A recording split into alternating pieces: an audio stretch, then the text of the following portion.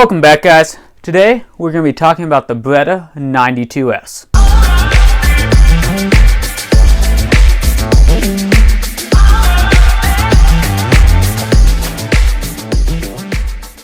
The Beretta 92S is the predecessor to the Beretta 92FS and the Beretta M9. The 92S was originally manufactured in the 1970s and would then go on to get some law enforcement contracts in Europe. After some modification to the design, it later became the Beretta 92FS and then get adopted into US military as the Beretta M9. So here, while we have a 92S, also have a Beretta 92FS. A few of the main differences between the 92S and the 92FS are the sights, the magazine release, the safety is also different, and then this does not have a firing pin safety like the 92FS does. The size and weight of the 92S is about the same as the 92FS. The weight comes in about 34.5 ounces unloaded. Before we get into too many details, this here is a surplus 92S. Right now they've started to become a little harder to find, but you can still find them on different surplus websites. The trigger on the 92S is actually quite good. The 92S does have a single action, double action trigger. That means on the first round you fire, as you're pulling the trigger, the hammer is both coming back and it's released. At that point the slide will cycle and you'll have a lighter single action trigger. The double action trigger pull is a little heavy at 10 to 12 pounds. It is actually quite smooth on the 92S. It's smoother on this gun than it is on my 92FS. The single action trigger is going to be a crisp 5-pound trigger. Take up, wall, break. So even despite having a heavy double action trigger pull, it's still quite smooth, so as you're pulling the trigger, you can continuously pull the trigger to the rear without, and it does have a steel trigger. That does help with the smoothness in the 92S. And this 92S is a surplus gun. While it doesn't appear to have been shot a lot, I do think the trigger's been worked out quite a bit, which does help with it being smooth. And there is a little bit of finish wear on it. Versus here I have a 92FS. The weight on this trigger is about the same, but this trigger is not as smooth as the 92S. So the sights on the 92S, they are very representative of an old military style sight. A front notch that's very minimal, and a back notch that kind of complements that. It's also a very minimal notch. They are blacked out sights, there's no dots on them from the factory. Something that you can easily do is add a little bit of orange paint to that front sight. Sight will definitely help you pick that front sight up better. I'd leave the back sight blacked out, but on mine when I did this I tried putting a different color paint back there. If I was to do that again or whenever that wears off, I'm not going to replace the rear sight, but I will keep some orange paint on that front sight. It does help you pick that up pretty well. They are very small sights. That front sight is about 3 times as high on a new 92FS than it is on a 92S. Now what I found with these sights is you can be accurate with them. They're just not as fast as a lot of modern options. A big difference in the 92S that they later changed in the 92FS is the magazine release. This uses more of a European style magazine release. It's at the heel. So to drop the magazine, you have to simply press the magazine release, and then you can actually press that and it'll drop free, or you can catch that. So if you're doing emergency reload, bang, bang, bang, gun's dry, I can grab a new magazine with my thumb, hit that magazine release, drop it, insert a new magazine, hit the slide catch. So if you do practice mag changes on the 92S, it is actually quite easy to get used to.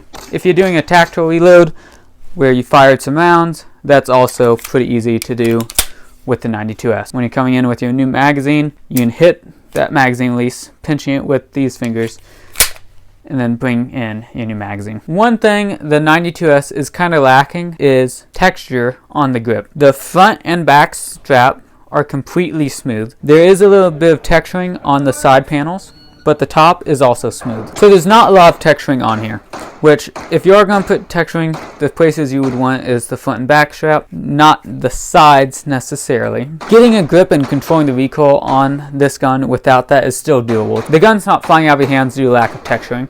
If you still have a good grip on the 92S, you can still control the recoil pretty well. Now I will say that even though it doesn't have a lot of texturing, where it does on the side panels, that's actually some pretty good texturing. So the safety on the 92S, it does not have a firing pin safety like modern 92s.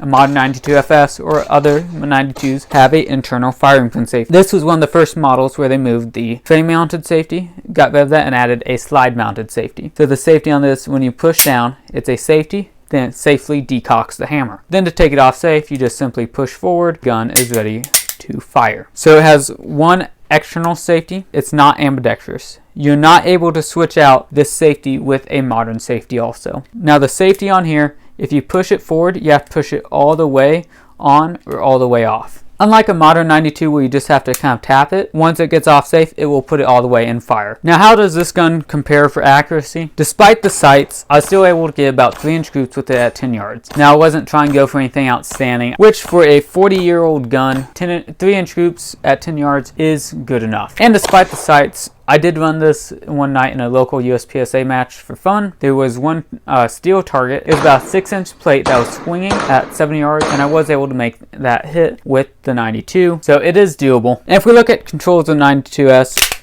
it has some serrations on the slide, which are not too bad. The slide catch, slide release has really not changed much from modern 92s as it did with the 92S. So it's still about the same size, and if you do hit that, it's quite easy to hit the slide catch, slide release, and drop the slide. As we talked about earlier, the magazine release is down below. You can use the beveling in the slide to rack the slide back. The safety is not too hard to use. It's not as forgiving. Then we get down here. That is the takedown lever. So for takedown, it's just the same as a modern 92. You'll hit this button here on the side, and then at that point, you'll just rotate this lever, the takedown lever down, and the slide comes off. At that point, you have the frame takedown. You just take your recoil spring out and guide rod. It's a non-captive recoil spring, but it does have a metal guide rod. And then the barrel, and it goes back together just about. But that there is a basic field stripping of the 92S. And to put it back there, just take slide on the rails.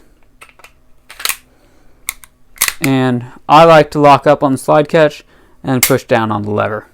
As far as reliability goes, I found this gun to be quite reliable for a surplus gun. I've only got about 600 or so rounds through it. I had a few issues with some older magazines not locking the slide to the rear. If I used modern 92FS magazines in the 92, it ran very reliably. With brass, it had almost no issues. Found that it had some difficulties with steel. With some steel cased ammo, I found it had a little bit of issues with feeding and extracting. But for the most part, this gun, I'm just running brass to it because of that. And the nice thing with this surplus gun compared to a lot of surplus guns is compatibility.